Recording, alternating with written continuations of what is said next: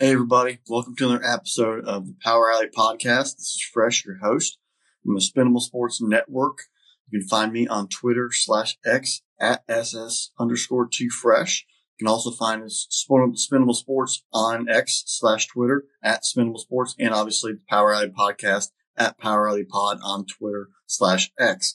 You can also find Spinnable Sports at spinnablesports.com. This podcast on all podcast platforms, as well as the Spinnable Sports YouTube channel. So spread the word, join, hit us up, let us know how we're doing. We are now heading into September. This is when things really start ramping up and getting much more intense, much more focus as we finalize who's going to be our playoff teams, where the playoff standings are going to be in each league, NL and AL.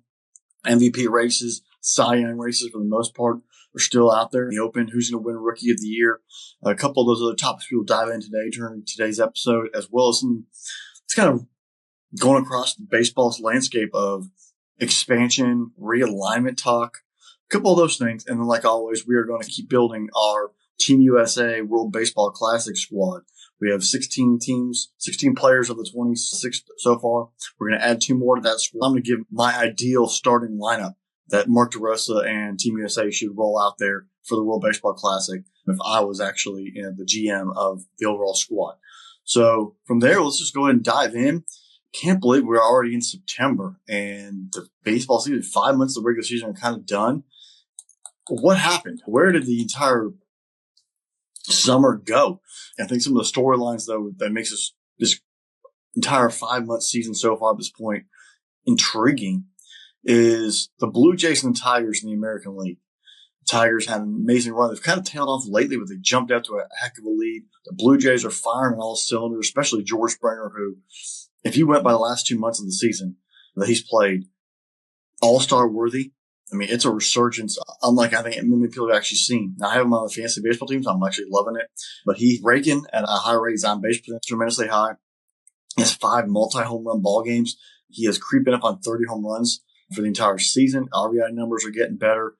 Runs scored, doubles, playing great defense, staying healthy. It is a great thing to see. And I think you can say in a healthy standpoint around Byron Buxton as well for the Twins.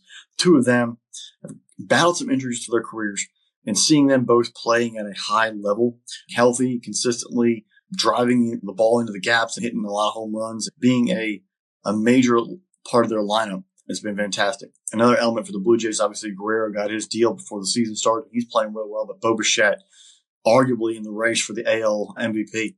Free agent at the end of the season. He has been tearing up the shortstop role. If the 3 of them can keep pushing this team and their pitching can find ways to just stay strong, they can make a deep run in the American League playoffs. I am worried about Jose Barrios at the top of the rotation. He has had some tough luck and some rough outings lately.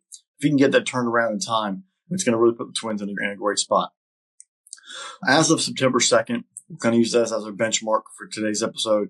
The American League is currently owned by the Blue Jays. The AL Central is owned by the Tigers, and the AL West being held on by the Astros, with the Mariners kind of nipping at their heels. The wild card, the Yankees and the Red Sox are in a dead heat. The Yankees currently have that number 1 spot in the wild card, but then and the Red Sox are going to basically flip and flop going the rest of the way down the end of the season. The Mariners hold that last playoff spot right now in that last wild card. And you kind of look at who's on the outside looking in. Somehow, the Texas Rangers, a game and a half back, Evaldi being out for the year, Corey Seager dealing with injuries. Can they sustain all that? Can they find ways to hold through? They do have a lot of pitching. Can the younger guys in that lineup pick it up while Corey Seager's out for an unknown period of time? I do believe Evaldi's down for the season, so that is a major hit to that rotation. But DeGrom has pitched well, among many others. And if they can get those guys to, the bullpen can pitch better, they might be able to make some noise late in last week of the season, maybe past the Mariners. The Yankees and Red Sox have a nice little buffer, so if they go on a major losing streak, it puts the Rangers back into it. But the Rangers and Mariners were going to fight for that last wild card spot, and you never know. The Astros don't have that big of a lead on the Mariners, so technically it's a 3-team race. Let's see how that all shakes out. The Royals are 2.5 back, the Rays are 3.5 back, the Guardians are 4 back. Not sure if those other 3 teams have enough, but within 4 games heading the last month of the season, baseball is crazy. Anything can happen. So it does have basically 5 teams playing for 1 spot mentality, at least so far early in the month of September, as I said, through the second. If the playoffs did start today, Mariners and Astros would be a fun little series, AL West, and then I think TV execs would absolutely love Red Sox at Yankees in the wild card. That would be, getting some good historical vibes back to 03, 04. Not going to say those two teams, the teams this year are the same as those squads, but getting that playoff intensity, having a matchup.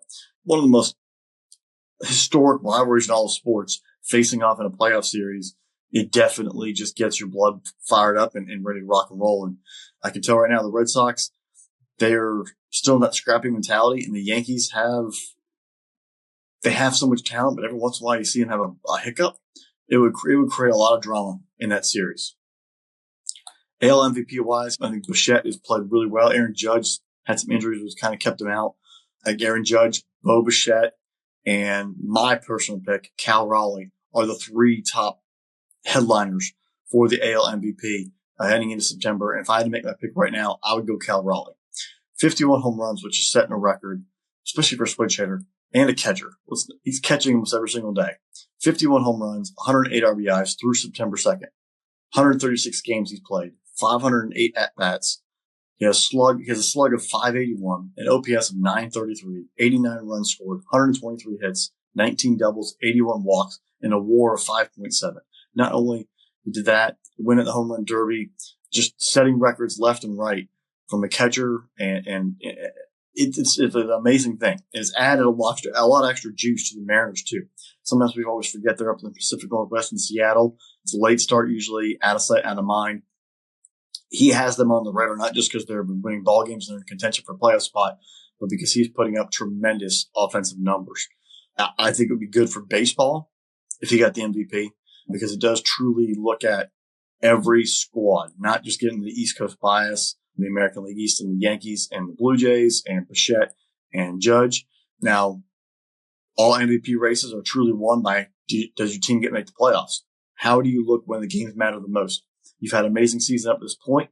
Can you keep driving home this offensive supercharge through September and push the Mariners into the playoffs?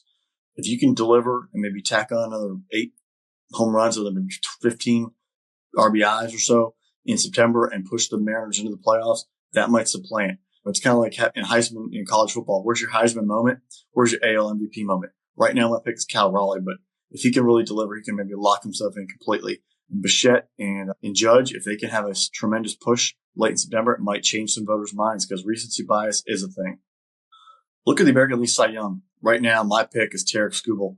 The dude, 2.18 ERA, 12 wins, 216 strikeouts, a K per 9 of 11.2. That's unworldly. He's been unhittable. Every time he starts, you just know, boom. If you're getting 2 runs out of Skubal, that is it. And you're telling us that it's like, hey guys, I need 3 runs from you on the lineup. Just give me 3 today. Maybe even in some cases, give me 2 and we're going to win. If he can remain steady, the Tigers have themselves a stud at the front and make a deep playoff run. But right now, I got to go with Tarek Skubal. And also, what of a whip rate of 0.87? You're giving up less than 1 hit and 1 walk in it per inning pitched. No one's getting even on base. And that right there obviously helps with the ERA. That cuts down on stress on the defense to make plays. It just really puts a lineup in a real bind, in a meat grinder, and they get defeated because there's never getting on base. And that just leads to a game where they just lose focus. So Tarek Skubal, WAR of 6.2, my Cy Young pick, and I highly doubt that's going to change by the time the awards are actually announced in November. AL Rookie of the Year is interesting. You kind of look at, all right, who is actually a rookie who qualifies? So I'll plug my Brewers there. As I said before at the beginning of the season, the Athletics have tons of young talent. Jacob Wilson, I think the only thing that's going to hurt him is being injured in the middle of the year and only playing 104 games, but he did start in the All-Star game. That should mean something to get enough of that credence to start in the All-Star game as a rookie. 104 games, 129 hits, 315 batting average, which was his top 3 in the American League, 20 doubles, 12 home runs, 55 RBIs, 53 runs scored, an OPS of 809. It's a stellar season for a kid who's rolled just basically out into the big club and making plays. Athletics obviously have some pitching issues, so the wins aren't going to be there, but the offensive numbers across the board are very, very good. There's not many other guys in the American League from a rookie perspective. Roman Anthony being down. We've seen some other guys from the Red Sox who just don't have the time in the role to earn that title. Looking across the rest, I don't really see We didn't get not much from Cam Smith in Houston. Jacob Wilson's my guy. Now, if we went for complete historic numbers, his teammate Nick Kurtz, who has put on a show with the bat, would definitely surpass him. I just think the sample size of games that Wilson has surpasses Nick Kurtz, and that keeps that difference. But the Athletics do have some young talent, and they can just find a way to get some pitching.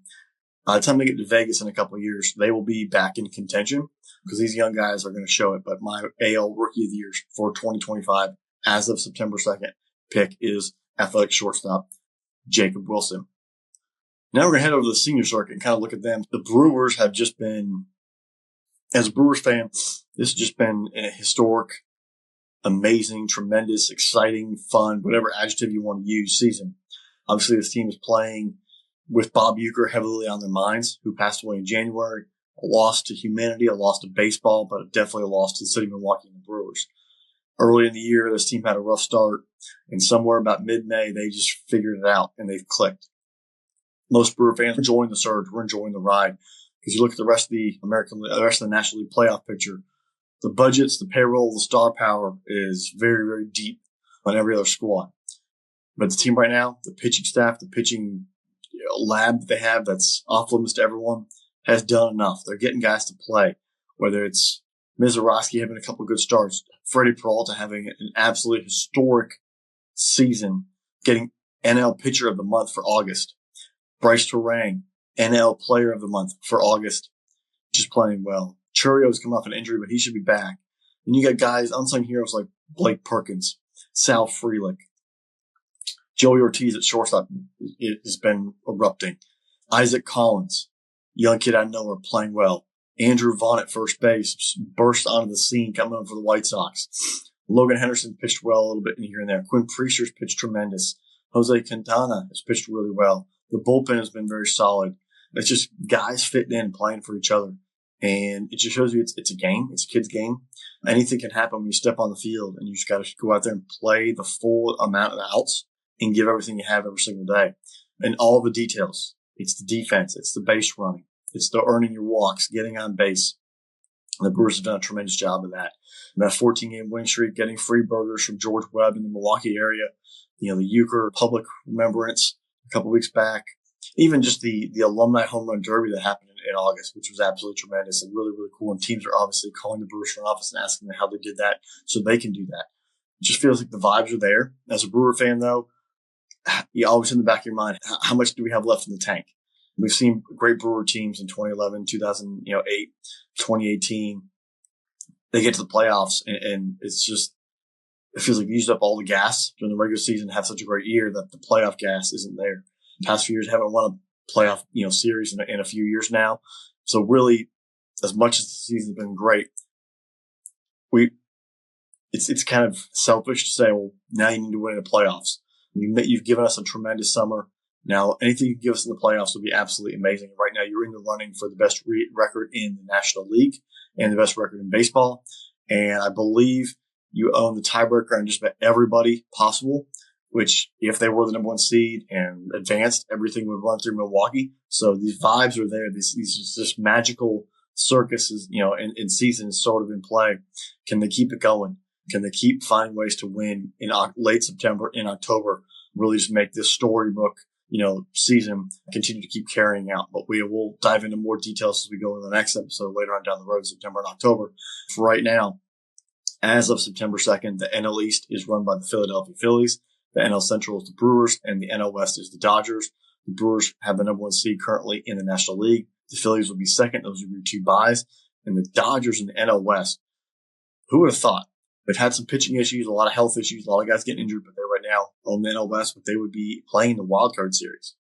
The NL wild card, Cubs would be the 4 seed. The Padres and the Mets are going to go back and forth between 5 and 6. Padres have hit a little slump. Mets have been playing okay. I think the 4 and 5 are going to keep bouncing back and forth. As of today, the Padres are in the 5th and the Mets are in the 6th spot. But the two of them are going to be interchangeable probably as we head down the rest of September. On the outside looking in, the Reds are 4.5 back of the last wild card spot.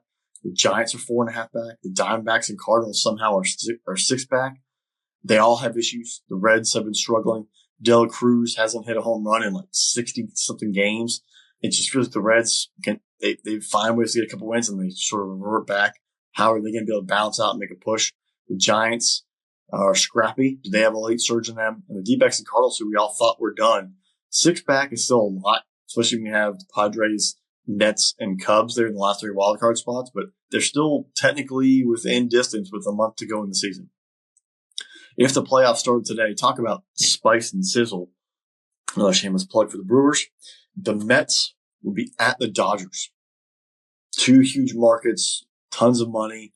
Pete Alonso, Francisco Lindor, Juan Soto, Freddie Freeman, a resurgent Clayton Kershaw. That would be a tremendous energy series. Then you also have the Padres at the Cubs. A lot of young talent, a lot of swagger. There would be no lack of offense there, personally.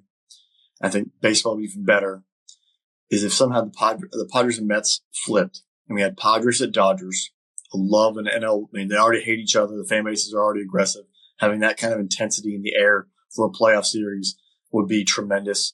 And then Mets, Cubs, New York, Chicago, 2 fan bases who love baseball, but are just starving for a winner. And the intensity in that series would be really can't explain it. Those playoff series would be amazing. So I really want a Mets, Cubs, Padres, Dodgers, but right now, as of September 2nd, it's Mets, Dodgers, Padres, Cubs. But anything can happen as we move through the rest of the season. Kind of look at where the standings are. I'll remove the MVP race.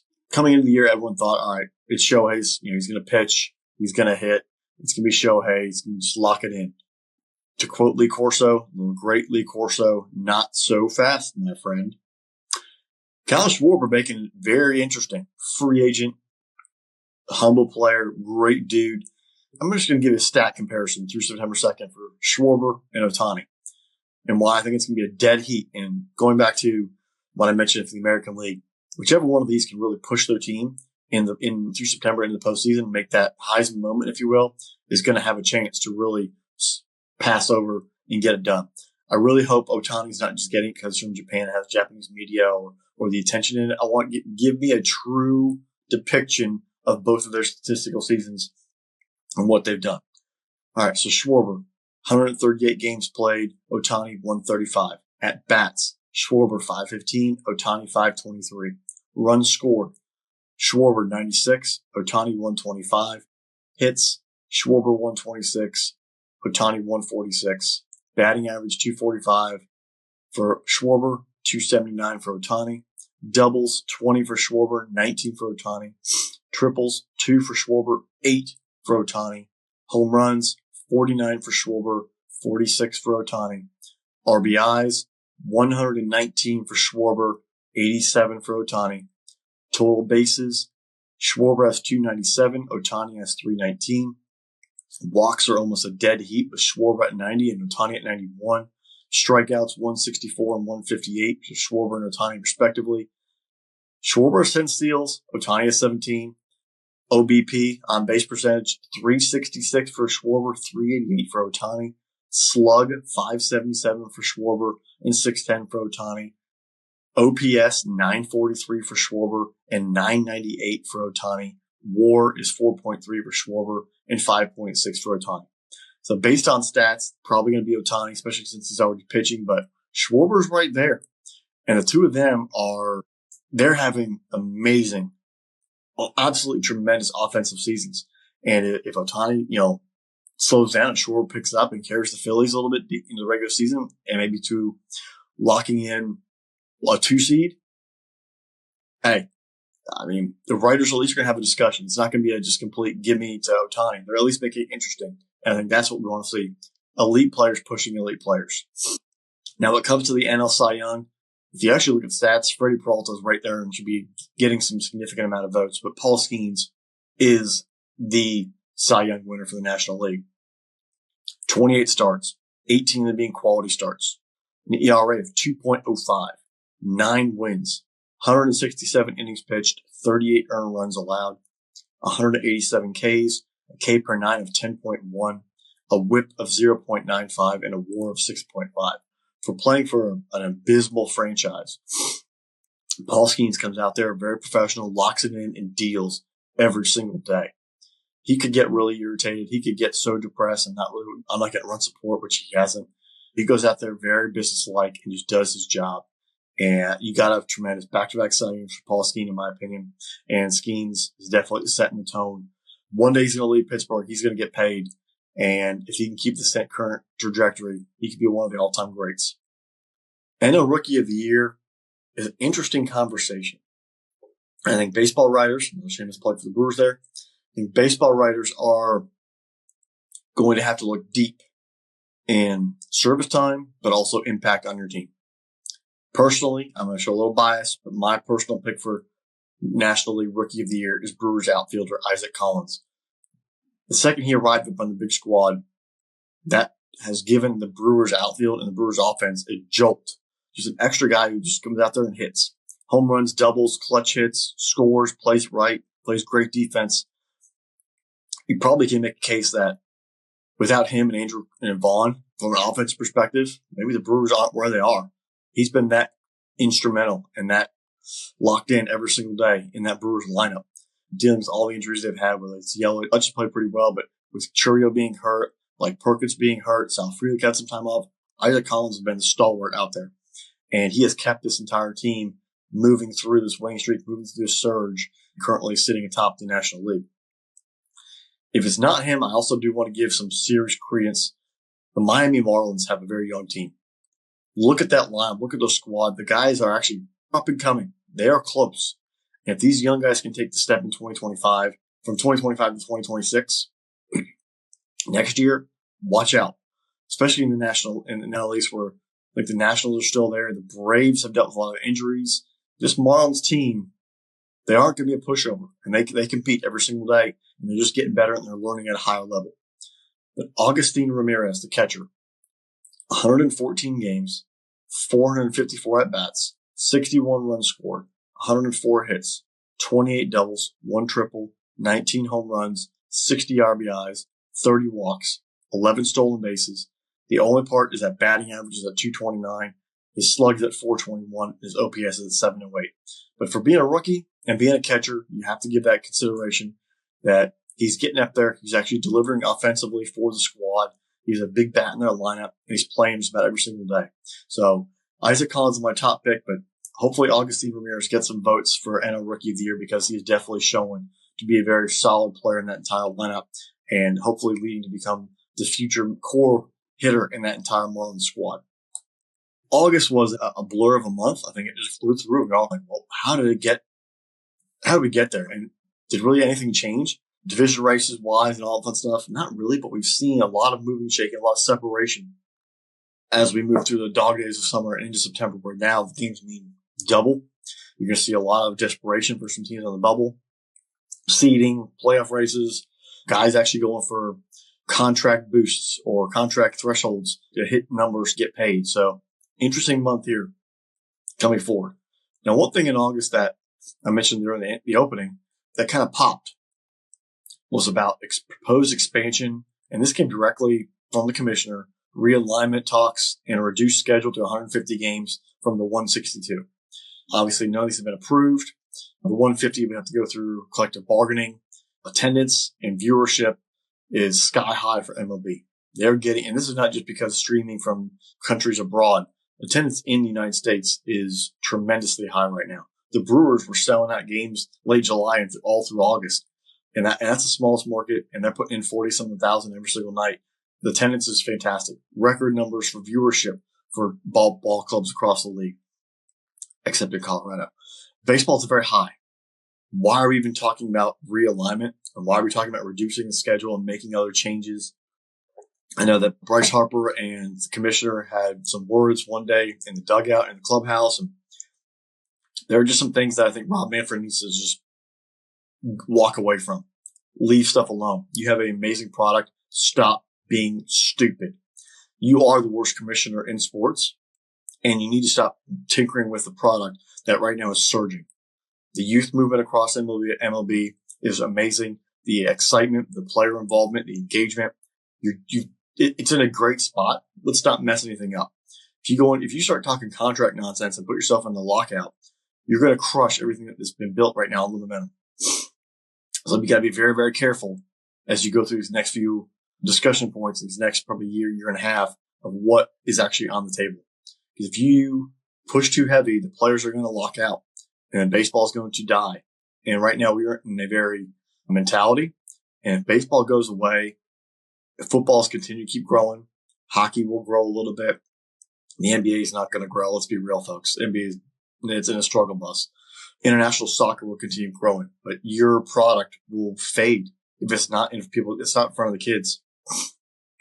You have to keep this product there, keep the youth movement, keep the engagement, make ball games affordable for families, and you will be good. But do not mess this up.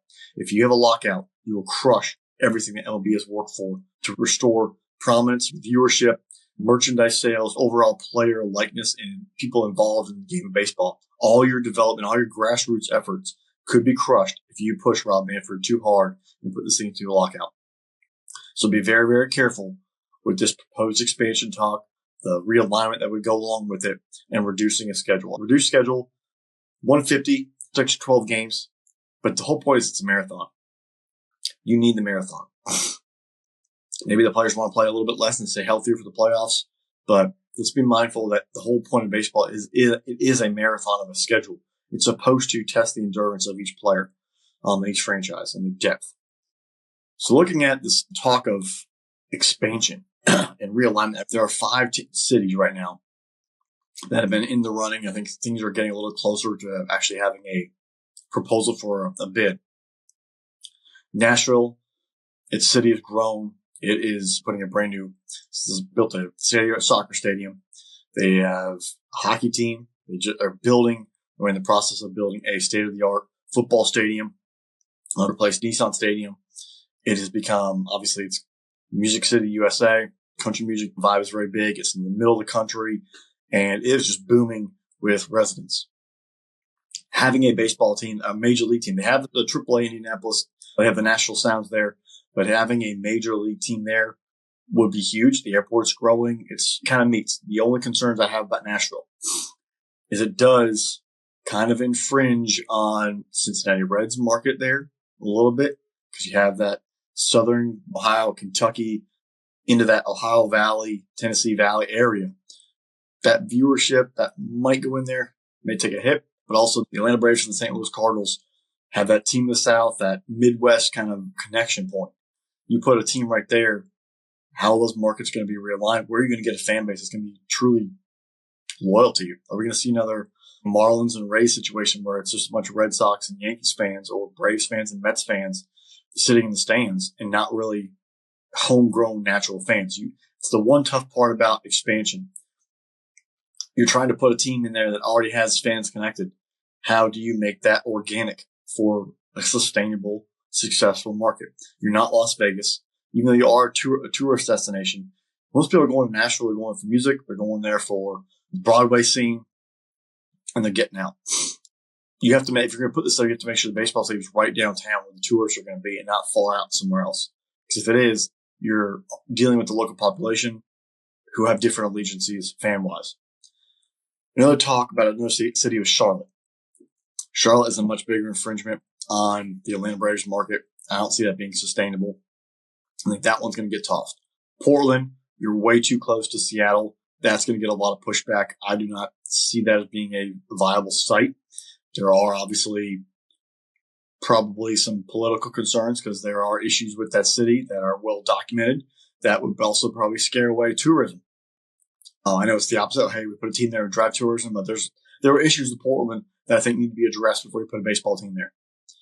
Salt Lake City, growing. They have the Jazz. They just brought in the hockey team. That area is booming with as a metroplex, and the metropolitan elements are growing. That actually, from the Western United States perspective, offers a solid location. Now, it does potentially blend in and infringe on if the Vegas Athletics get there and in the Colorado Rockies, how those television markets blend. But for being something not in California, that Salt Lake City location is very intriguing. And the fifth one would be Montreal. I don't think We've already seen it happen. We can't put another team in Canada. The Blue Jays, let them own Canada. Yeah, I think the Montreal situation, now you're pulling fans who just became Blue Jays fans and have dealt with the loss. You're going to start teasing with them. And it's just, as we know, sometimes there are players who have visa concerns or travel visas, travel documents. They don't have all their stuff ready to go. And it does cause them not to get over across the border. You're adding another wrinkle. Let's just stick in the United States and pick two cities here if you're going to pick them. My two locations would be Nashville and Salt Lake City. If we were forced to choose of the five and you had to pick two, I would take Nashville, and I put Nashville in the National League, and I put Salt Lake City in the American League. And I kind of, if those do come, that does take us from 30 to 32 teams in Major League Baseball. And that would also obviously cause for realignment. And I will give my proposed realignment of divisions in a minute, because you can't have, in the current landscape, you'd have to have like one division with 6 teams, and then with 5, it would be really wonky. You're probably better off having 4 divisions of 4 like the NFL. But I would be very, very sacred of not touching a National League team going to the American League and vice versa. There were rumors that initially popped of the Phillies going to the American League, the Mets going to the American League.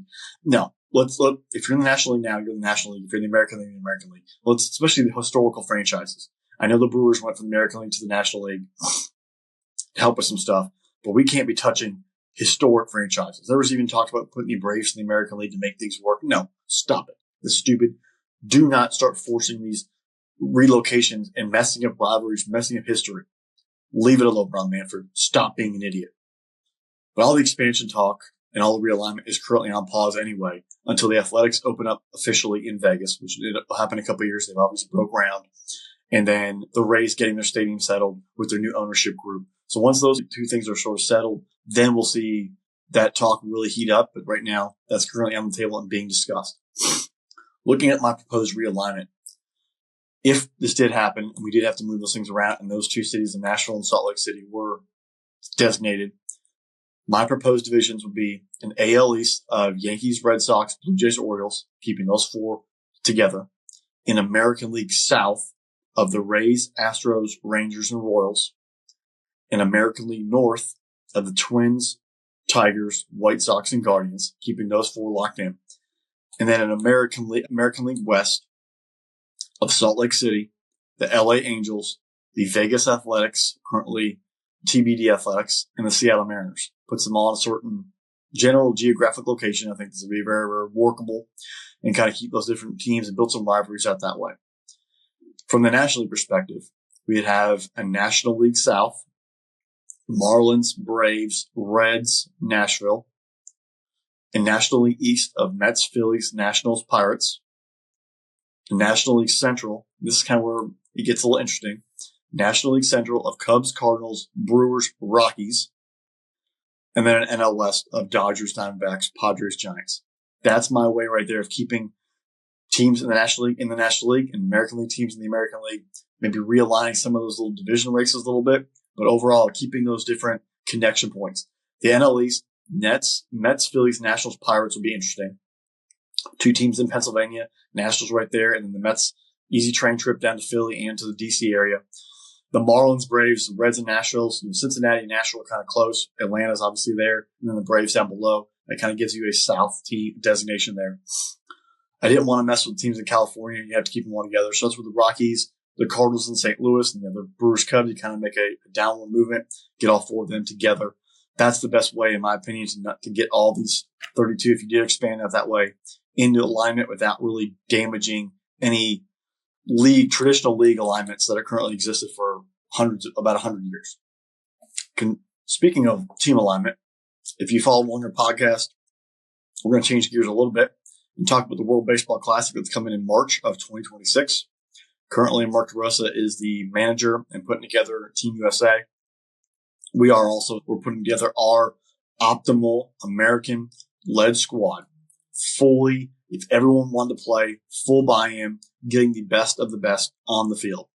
Coming into today's episode, we had 16 players named. We're going to add 2 more to that list, a position player. Well, currently, right now, let's go back through the list, see who we have in the squad. I'll add my 2 names, and I'll give you my optimal starting lineup. If everyone was totally bought in, injury's not a concern, and we really want to rock and roll. Aaron Judge, Paul Skeens, they were my top 2 picks, and a couple weeks later, ironically, they were added to the squad. Zach Wheeler, I know he's dealing with injuries. I had him on a long time ago. I would love for him to be healthy. It's probably not going to happen in reality because he got hurt. But Zach Wheeler would be an optimal player on this team, as well as Kyle Schwarber. Mookie Betts can play second, short, and outfield, as well as closer/relief pitcher Josh Hader could be a solid lock in the bullpen. Shortstop Bobby Witt, who in reality is also on the squad. I want him on my squad. I'm going to start at shortstop. We are going to need relief pitchers because pitching guys aren't going to be fully ramped up. So Griffin Jacks is going to make the squad. His wife is in the Air Force. He actually attended the Air Force Academy. It's a perfect fit. Noah Arenado at third base. He do complacent defense. He can pick it. He's a solid locker room guy. He also has been on Team USA for the past tournament. He won the title with them, keeping him out there as captain and rally guy. Had Jason Adam, the relief pitcher for the Padres. He just had a season-ending injury, unfortunately in reality, but I would love him to be on the squad, so I'm keeping him there, not going to replace him. Cal Raleigh at catcher, Mason Miller in the bullpen, Riley Green in the outfield, Tarek Skubal in my rotation, Pete Alonso at first base, and relief pitcher Tyler Rogers so far on the squad. Coming into today, we are going to add two more to that group. I'm going to add outfielder Corbin Carroll from the Arizona Diamondbacks. You put that speed, that bat, that defensive ability in this team, it's going to help that team really fly. Speed wins, speed kills. You get him on the base paths, you have him hit, you can put him anywhere in the lineup, 1 through 9. He's going to be great. And then from a pitching standpoint, give me Garrett Crochet.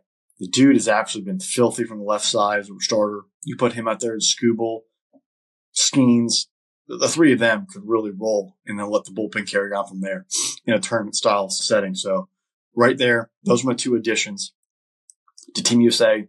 Mark DeRosa, I hope you're listening. Now, considering the guys I just went through, we have 9 position players and we have 9 pitchers, 18 of our 26. We'll finish up the rest of those. We keep moving toward March.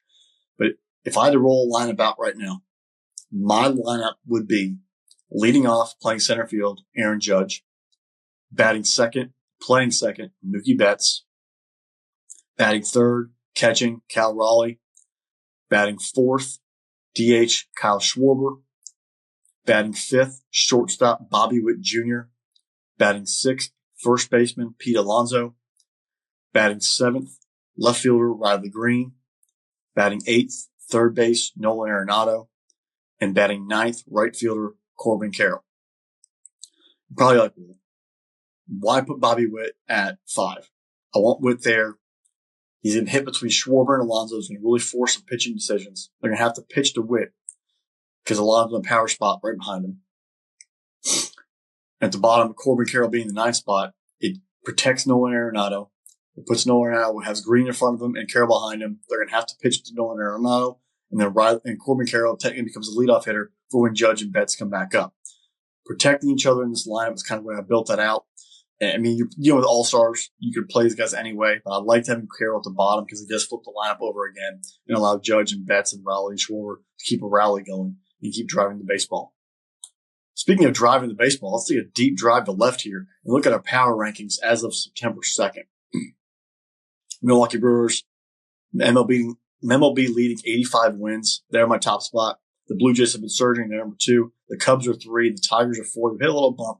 The Phillies are 5. Dodgers are 6. Yankees at 7. Red Sox at 8. Mets at 9. I've gone back and forth on who I wanted at 10, whether it was the Astros or the Padres.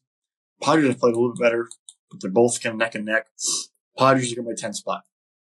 Bottom 5. Minnesota's wins. Outside of Byron Buxton, that team, there's a reason why they traded everybody. Pirates, Nationals, and the White Sox, and obviously the bottom feeders of all time, bottom feeders, the Colorado Rockies. And man, that team is really terrible. If you're looking at managerial decisions from a betting perspective, look at teams currently sitting right now. What are their playoff odds to win the division? What are their playoff odds to win the World Series? MVP votings. You're probably going to be locked up on the side of MVP. You're probably not going to get good odds. But look at playoff perspectives. Can win a series, can make the playoffs, especially some of those wild card fringe areas. And then look at a World Series pick. It's always going to be a toss-up. But take in consideration who's going to surge. The Dodgers are going to be there, folks. If you might actually get better odds now on the Dodgers winning a World Series and going back-to-back than you did at the beginning of the year, sort of play strategically from that perspective. Overall, it's been a crazy month of August into early September. We have the final month here. We're looking down the tunnel here at a playoff run. I think we're going to see some changes in the wild card settings and set up some great series in the playoffs. And we'll speak between now and then. The real question is, can the Brewers just lock down the number one overall seed in all of the MLB playoffs? Just the thought of the Brewers being number one seed in baseball heading into the postseason, where if things went well, everything would roll through Milwaukee, is such a, I mean, as a Brewer fan, I'm biased, but it's such a special, treasured, beautiful thing. Obviously, there's something going on right now with this team, and the average Joe's mentality, the hard work, the lunch pail, win it for you. There's a mystique. Can they keep it going through September and through October? Can they capture the number one overall seed? Can one of those players, Isaac Collins, win a Rookie of the Year? I think as great as that would be, it's a team win. Can they actually win some series? And in my lifetime, I was born in 1985. I've not seen the Brewers play in a World Series. If the Brewers just won the NL pennant, I might actually shed a tear. We've been close a couple times. Can they finally get over the threshold, win a playoff series? That can't be in their minds right now. The mind right now is play today. Focus on today. I know there's a lot of hype, there's a lot of excitement. Keep it going. Keep it moving. Keep the vibes in Milwaukee at a high level. And we'll see where it all plays out at the very end. But definitely exciting times across the board. We are in for a very special September and fun October. And with that, thank you for joining another episode of the Power Alley Podcast. We're connected to Spinnable Sports Network. You can find us on all podcast platforms as well as Spinnable Sports YouTube channel. Subscribe it, spread the word, let us know how we're doing. I'm Fresh. You can find me on Twitter, X, at SS_2Fresh. I'm a contributor to SpinnableSports.com and a co-host of our flagship podcast, The Irrational Confidence Podcast. It's college football season, folks. We're very, very heavy on there. We've dropped some weekly previews and some recaps. We've got great articles on SpinnableSports.com as well. You can find the Irrational Confidence Podcast on Twitter/X at IR Confidence Pod. If you're looking to follow more, at Spinnable Sports on Twitter, X, as well as the Power Alley Podcast at Power Alley Pod on Twitter and X. Hit us up, join us, engage with us. We want to talk to you on all different platforms and whatever possible. But don't forget, Spinnable Sports YouTube channel and SpinnableSports.com are our flagships, as well as the flagship podcast of Spinnable Sports, the Irrational Confidence Podcast. Hit us up. We want to engage. Let us know what we're doing. Have a great September for baseball. We'll get back to you guys in a few weeks. Until next time, we'll have more chatter from you from the Power Alley. Talk to you all later.